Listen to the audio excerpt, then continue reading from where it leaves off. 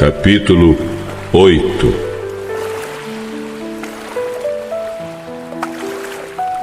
Pouco tempo depois, ajuntou-se outra vez uma grande multidão. Como eles não tinham nada para comer, Jesus chamou os discípulos e disse: Estou com pena dessa gente, porque já faz 3 dias que eles estão comigo e não têm nada para comer.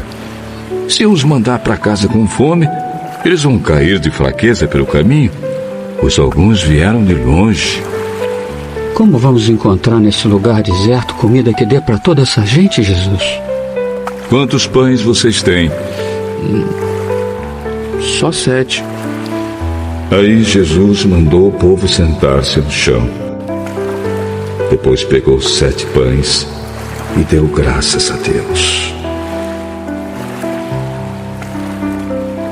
Então partiu os pães e entregou aos discípulos para que eles distribuíssem ao povo. Eles tinham também alguns peixinhos. Jesus deu graças a Deus por eles e mandou que os discípulos também distribuíssem. Todos comeram e ficaram satisfeitos. E os discípulos ainda encheram 7 cestos com os pedaços que sobraram. As pessoas que comeram eram mais ou menos 4.000.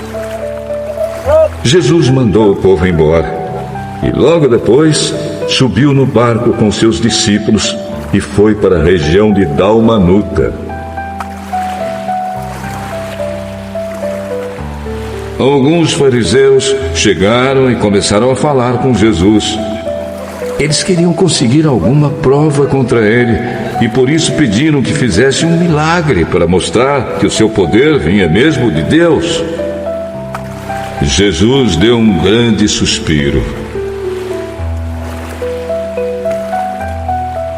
e disse: Por que as pessoas de hoje pedem um milagre? Eu afirmo a vocês que isto é verdade. Nenhum milagre será feito para estas pessoas. Então Jesus foi embora.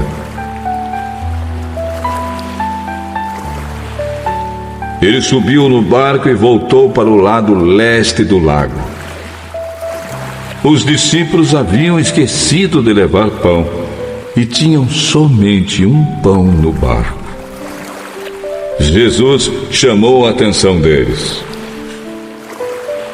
Fiquem alertas e tomem cuidado com o fermento dos fariseus e com o fermento de Herodes. Aí os discípulos começaram a dizer uns aos outros: Ele está dizendo isso porque não temos pão. Jesus ouviu o que eles estavam dizendo e perguntou: Por que vocês estão discutindo por não terem pão? Vocês não sabem e não entendem o que eu disse. Por que são tão duros para entender as coisas? Vocês têm olhos e não enxergam, têm ouvidos e não escutam. Não lembram dos 5 pães que eu parti para 5.000 pessoas? Quantos cestos cheios de pedaços vocês recolheram? 12, Jesus. E quando eu parti os 7 pães para 4.000 pessoas, quantos cestos cheios de pedaços vocês recolheram? 7. Será que vocês ainda não entendem? Depois, Jesus e os discípulos chegaram ao povoado de Betsaida. Algumas pessoas trouxeram um cego e pediram a Jesus que tocasse nele. Ele pegou o cego pela mão e o levou para fora do povoado. Então cuspiu. Passou a saliva nos olhos do homem, pôs a mão sobre ele e perguntou: Você está vendo alguma coisa? Vejo pessoas. Elas parecem árvores, mas estão andando. Jesus pôs outra vez as mãos sobre os olhos dele.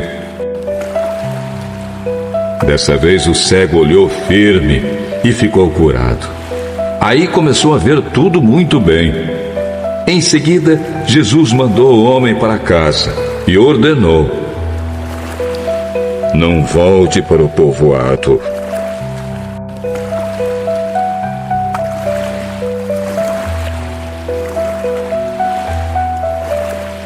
Depois, Jesus e os seus discípulos foram para os povoados que ficam perto de Cesareia de Filipe. No caminho, ele perguntou aos discípulos: quem o povo diz que eu sou? Alguns dizem que o senhor é João Batista. Outros que é Elias. E outros que é um dos profetas. E vocês? Quem vocês dizem que eu sou? Pedro respondeu: O Senhor é o Messias. Então Jesus proibiu os discípulos de contarem isso a qualquer pessoa. Jesus começou a ensinar os discípulos, dizendo: o Filho do Homem terá de sofrer muito. Ele será rejeitado pelos líderes judeus, pelos chefes dos sacerdotes e pelos mestres da lei. Será morto. E 3 dias depois, ressuscitará. Jesus dizia isso com toda clareza. Então Pedro o levou para um lado e começou a repreendê-lo. Jesus virou-se, olhou para os discípulos e repreendeu Pedro, dizendo: saia da minha frente, Satanás! Você está pensando como um ser humano pensa e não como Deus pensa. Aí Jesus chamou a multidão e os discípulos e disse: se alguém quer ser meu seguidor, que esqueça os seus próprios interesses. Esteja pronto para morrer como eu vou morrer e me acompanhe. Pois quem põe os seus próprios interesses em primeiro lugar nunca terá a vida verdadeira. Mas quem esquece a si mesmo por minha causa e por causa do Evangelho, terá a vida verdadeira. O que adianta alguém ganhar o mundo inteiro, mas perder a vida verdadeira? Pois não há nada que poderá pagar para ter de volta essa vida. Portanto, se nesta época de incredulidade e maldade alguém tiver vergonha de mim e dos meus ensinamentos, então o Filho do Homem, quando vier na glória do seu Pai com os santos anjos, também terá vergonha dessa pessoa.